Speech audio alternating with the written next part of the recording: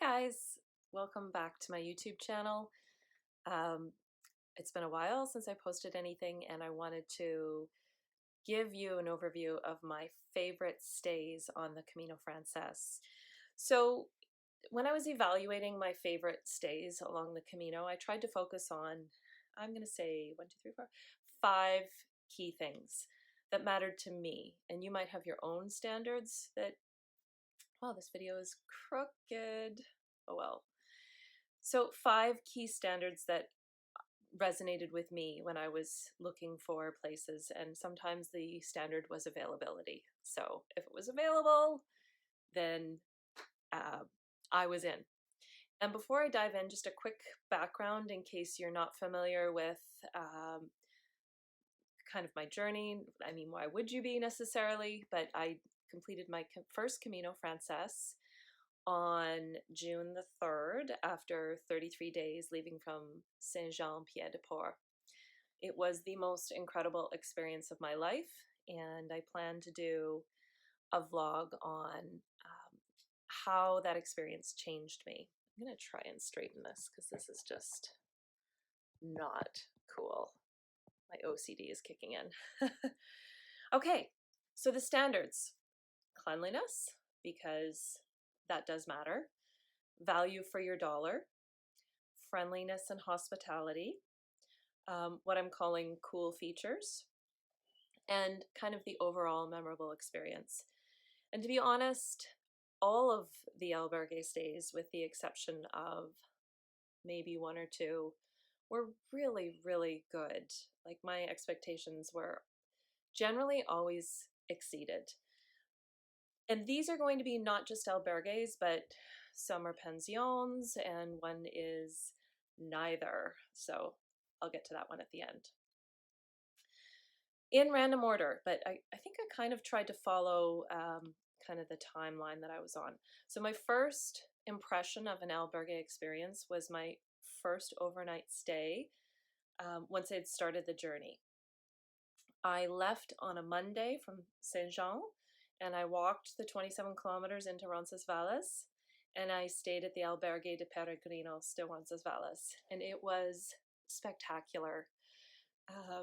When I came around the corner and down the hill and I saw the building, I recognized it immediately, and I knew that there wasn't going to be a plethora of buildings. It was just, there's really not that many places to stay there. So I was just so overjoyed, mainly due to the physicality of that first day and how exhausted I was. And I found it just so organized and clean. The sleeping areas are organized into quadrants. So there were 4, like 2 sets of bunks, beautifully laid out, very, very new and modern. The showers were, I thought they were amazing. So truly memorable experience. If I highly recommend you stay at the albergue in Roncesvalles. Don't overlook it. Don't blow past it. I understand that sometimes there's just no room at the inn, but for my money, 25 euros was the cost for the stay with breakfast and dinner. It was great value and phenomenal. Incidentally, I did book ahead. That was the one place I had pre-booked. I think I booked it maybe 6 weeks in advance online. It took probably 3 or 4, maybe 5 business days for someone to get back to me. But they did get back to me, and I was ever so grateful to have it booked, because at the start of end of April, early May, that was a really, really crowded day on the Camino, and I think there were 50 or so pilgrims that were turned away when I arrived. So the next most memorable stay for me, actually in order of my trek, turned out to be the very next place, and it was in Zubiri. It was called the Albergue El Palo de Avellano. I think 2 L's make a y sound. So I will, when I edit this, I'm going to put everything, lay it all out there for you to see. The reason I was able to stay in this lovely albergue was exclusively due to the three Spanish strangers that I met the first day in Roncesvalles. And there was no room at any place in Zubiri, but understanding the hectic and the busyness of the Camino, they made a call and they got me in. And it was just charming. It was so charming. It was 29 euros, and it was a dorm style setup that gave me breakfast and dinner. I think what I loved the most was the meal, because it was my first, no, actually we had a communal meal-ish at the first albergue, but this was really extraordinary. It was a long table with probably 15 of us at the table and a 4-course meal, and I just felt like we were royalty. It was very strange to be waited on like that, but very, very warm and inviting. And the whole albergue just had this real charm to it that continued to kind of spur on my enthusiasm about the Camino. So the day 3 for me was arriving in Pamplona, and I stayed at the hostel Casa Iberola. It was a 16 euro stay. I loved it. I remember seeing pictures online of people in these kind of pods, and I wanted the pod experience. I wanted to know what that was all about. So I remember making a mental note of this place, and they had room. Absolutely loved my stay there. So the pod style bed was really cool, basically a bunk setup, but you get the luxury of a curtain, so you can do whatever you want in there and not feel like you're being spied on. Also had your own charging station like right on the wall, and a locker and a light, and it was just the bomb. That albergue had the most amazing shower. It was one of those rain head showers, and it was right off the main path as you enter the gates of Pamplona. So loved it. The owner was extremely friendly. Loved the pod style bed. And it was then that I decided, hey, whenever I see that, I'm going to try and get in on the pod style bed action. So moving along, skipping to day 5, when I arrived in Estella, I stayed at another pod style hostel, but I love this one even more. And now we're just getting picky because they've remember, my experience has been super extraordinary to date. I stayed at the hostel Agora, Agora, for 20 euro. And so pod style hostel, don't need to repeat how that all works, but I think what set this place apart, number one, it was brand new, extremely modern. I just love the dichotomy of all the different materials that they used in the building of it. It was run by a brother and sister, and I just found them so caring, so kind. The full breakfast was exceptional. That was the first time I had a breakfast where I was like, maybe breakfast is more than just bread. There was yogurt, and there was meat, and there was cheese and fruit. I know, like you don't generally find that on the Camino. So for that reason, and for the kindness of the owners and just how new and clean and modern it was and comfortable, I absolutely loved it. I made a note right down here that my laundry never smelled so good. So I must have asked them to wash it for me. That's probably what that was. Now we're skipping ahead because it's not that I didn't have good stays, but remember, I'm going with my top memorable stays. And this one brings me to a tiny little place along the Camino that I would have completely overlooked if it weren't for a family from Toronto who encouraged me to make a stop at this place. The town is called Granon, Granon, and you'll see it in the Brierley guidebook, but it's not a designated stop per se. I was encouraged to stay specifically at the Donativo there. So the Donativo is in an old church, and what attracted me to this was the opportunity to sleep on a mat on the floor in the bell tower. So ordinarily that sounds like probably not going to be very comfortable, but I just thought the experience of it would be different, and I wanted to know more. So we did sleep on mats in the bell tower, but I'm going to just back up. My first impression walking in, after having walked through that strange kind of ghost town, and I think it was also the day when I was really chewed out by this guy for inadvertently taking a photo of his wares as I was walking up a hill. So it had been kind of a tricky day, but when I walked into this Donativo, I was greeted with the warmest hugs ever by the volunteers who ran it. Like, I'm talking heart to heart hugs, the kind where you linger, and you just don't really want to let go because it's human contact and you just feel the love. I know that sounds really hokey, but I was so moved by it. So that was my first impression. The cool thing about this Donativo was everybody got involved. So it wasn't like you could kind of cower off in a corner and just get lost in your guidebook or scroll through your photos. The rules of this place were everyone helps prepare for the meal. So there was an assembly line of 28 of us chopping up vegetables and organizing stuff for the soup. And the meal was exquisite, and we got to help prepare it. And when I knew that this was going to happen, I thought, well, how are they going to? It's not like too many cooks in the kitchen, but it was like clockwork.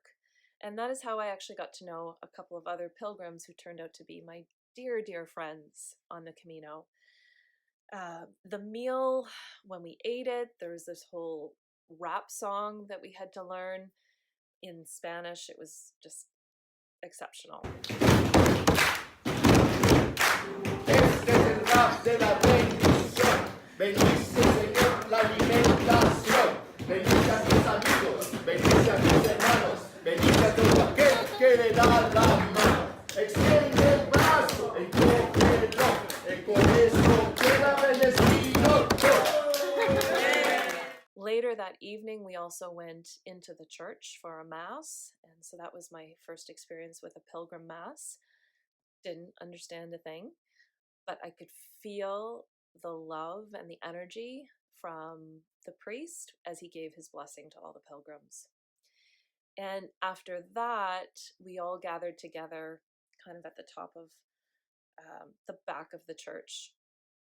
And a candle was passed around. I don't want to give too much away, but they probably changed things up.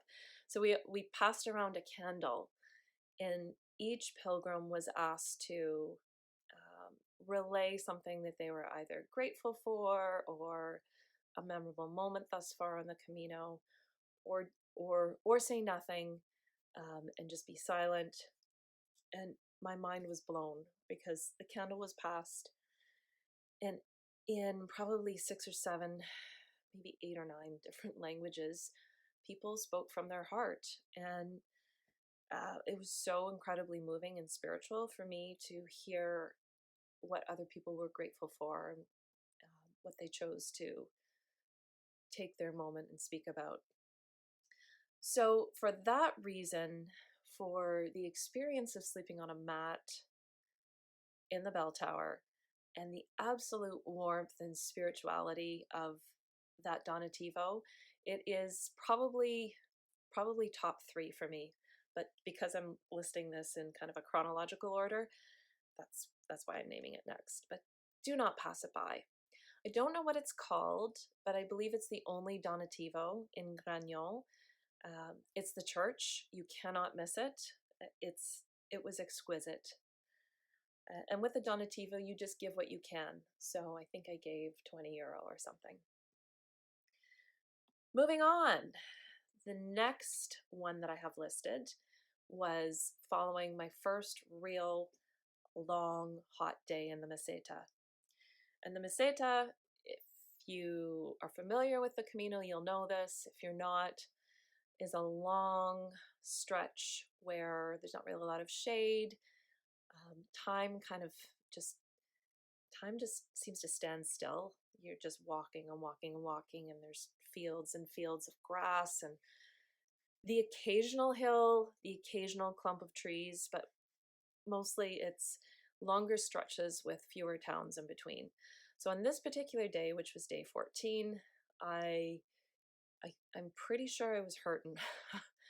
Although my body had been mostly conditioned, I was like, I think the Camino was kicking my ass at that time. And I remember thinking this town is never coming. I was trying to get to Hontanas, and all of a sudden it appeared out of the blue, just like there's a town. I couldn't believe it. And at that point, I was walking with some wonderful friends that I had made a connection with in Granon. And excuse me, don't ever make a video after eating a stir fry. And they were faster than me, so they kind of went ahead and were able to secure accommodation for them and for me. And we stayed in this place called Hostel Fuentestrella. So Hostel Fuentestrella, don't laugh at my pronunciation. It was a literal slice of heaven. We ended up paying €55 for a room that had 3 single beds in it and our own bathroom. So by this time in our journey, we began to get a little crafty with our accommodation situation and our money, and we began to pool resources.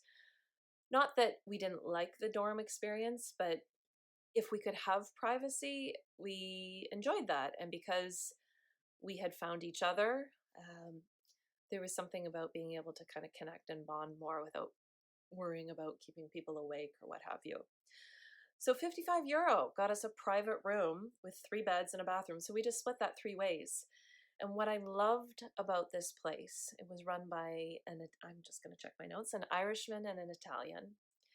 And they were lovely. They were so lovely. You could tell that they really felt how fatigued we were after walking all day in the heat. The communal meal that night was exquisite. It was like gourmet. I mean, I think there was goat cheese on my salad. And we had a choice of what we could eat. It was just phenomenal. So for the food, for the friendliness, and for the value of our dollar, of our euro, and how far it stretched, I thought the Hostel Fuentestrella was just top drawer. Another very memorable place we ended up staying in completely by accident and also out of desperation. It was on the Meseta, and it was in a little town called Boadilla del Camino. The hostel, or the albergue, was called El Camino, and it was like another slice of paradise. A beautiful, open gathering place with lots of greenery. There were some murals on the wall, and the cool thing about this particular albergue is it stood out to me. The owners or the volunteers, I'm not sure if they were owners or what have you, they were operating everything under the trust system. So I checked in, claimed a bed, hadn't paid for anything. I sat at a table, was served a glass of wine, didn't pay for anything. And eventually I was like, I gotta pay people. And so they were sitting at a table, and I walked up and they said, you ready to pay? And I said, yes. What did you have? And you're staying the night? And I just told them, and I thought any dishonest person could really take advantage of this, but pilgrims probably wouldn't, because you would be so moved by the trust. So I loved that place. It was where the meal was amazing. That was a place, I have a note here that says, where I wore my scandalous scarf. Oh yeah, I was doing laundry and left myself nothing to change into while the laundry was going. So I had to tie a scarf around the chest area, and it blended in with my skin, so it looked like I was just walking around in a nudist colony. Moving along, we also stayed, actually, I stayed with my friend Liz. This is several days later, past the Meseta, um, in a little place called Rabanal del Camino, a tiny, tiny little village that a lot of people kind of breeze through to get to Ponferrada instead. But Liz and I decided to stay there, and we stayed at the Refugio Gauselmo. Refugio Gauselmo. It was a donativo, and it had been recommended to Liz by friends of hers, run by volunteers, dorm style room. But what I absolutely loved about this particular place was a couple of things. They served a proper tea at 4 o'clock. So the tea was tea or coffee with cake. And it was so lovely. All the pilgrims were gathered together and we were having like a proper English tea. It also had a huge yard that was all kind of enclosed with beautiful trees for shade and green grass. It was just like a private sanctuary where you could go and kind of collect your thoughts. And to me, it was a great place to lay my head before the Cruz de Ferro, which was the next day.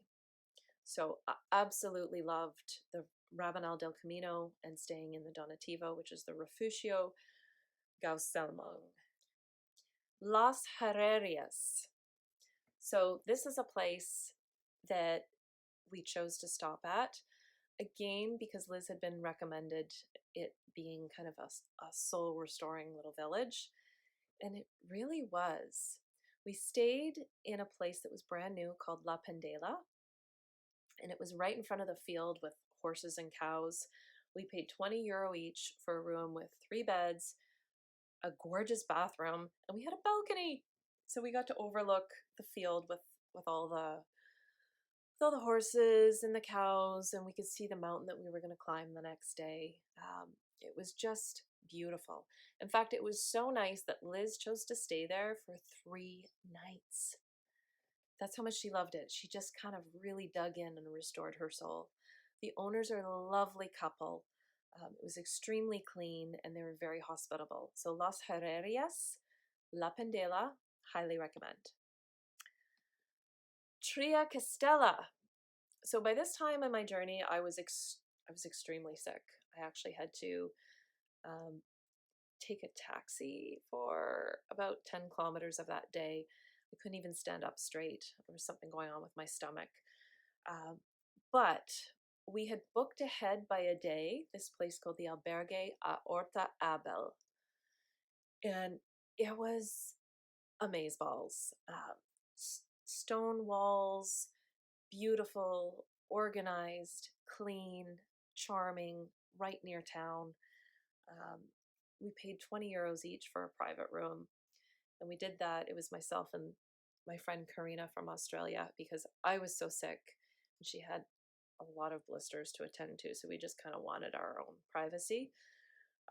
Highly recommend this place. It was kind of a fluke because we had called around and they said, yeah, we've got a room for 2, but don't overlook it. It was phenomenal. The next place that I absolutely loved was in Portomarin, and it was called the Pension Mar.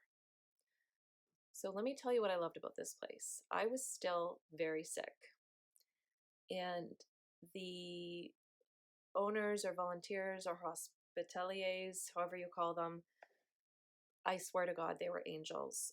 As when they saw me, they took my bags, they were serving me chamomile tea, they bent over backwards to make sure that I felt taken care of. They were angels. They took my laundry and did it for me. Like, who does that? I can't get that done here. The room was gorgeous. It was €25 each. I know that's, possibly a bit expensive, but due to my belly and what was going on, we needed some privacy. There were elephant towels on the bed. Like they were made in the shape of an elephant. Now, that's not why it's memorable. It really was the impression it left on me. Across the street was the most incredible Italian restaurant. and it was the first time I was able to eat anything in 2 days. Their food was exceptional, truly exceptional. This was a splurge. It was the Parador de Santiago. So Karina and I found an incredible deal online. It was 272 euros. We split it, and I am so glad we did it. We convinced ourselves for a whole bunch of reasons. We had to justify spending the money. And I'll give you some of those reasons. That's the oldest hotel in the world. It used to be a hospital for pilgrims. We needed to have the Parador experience. But truly, truly, truly, if you can do a bit of a splurge, that is the Parador, in my opinion, to stay at. I know there is one in Burgos and Lyon, I believe, but this was unbelievable. We felt like we felt so special. It was crazy. Breakfast was a dream. We lingered at breakfast for 2 hours. We savored every moment of it, and there was everything that you could imagine. The rooms were obviously really luxurious. We chose to eat dinner there as well and had the tasting menu, which was off the hook. And in general, we felt like queens. So we also decided to go out the day before, because we had had a stay not at the Parador the day before when we arrived in Santiago, and we got one decent outfit so we didn't have to look like pilgrims when we were at the Parador. But at the end of the day, it really didn't matter because a lot of people that were staying there were pilgrims and no one really cared. So there you have my list of my most memorable albergue slash pension slash donativo slash Parador stays on the Camino. I have been asked if there are any albergues I should recommend people don't stay at. And I can honestly tell you that there wasn't one place that didn't meet really my standards. I thought they were all really good. I had no bed bugs.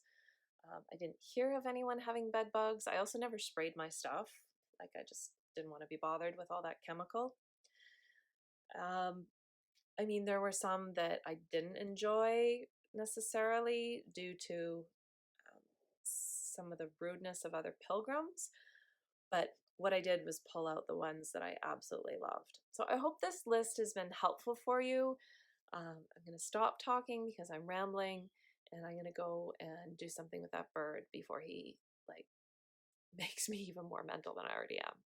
So buen camino to you all, and if you have any questions, just shoot me a comment and I'll do my best to help. Bye!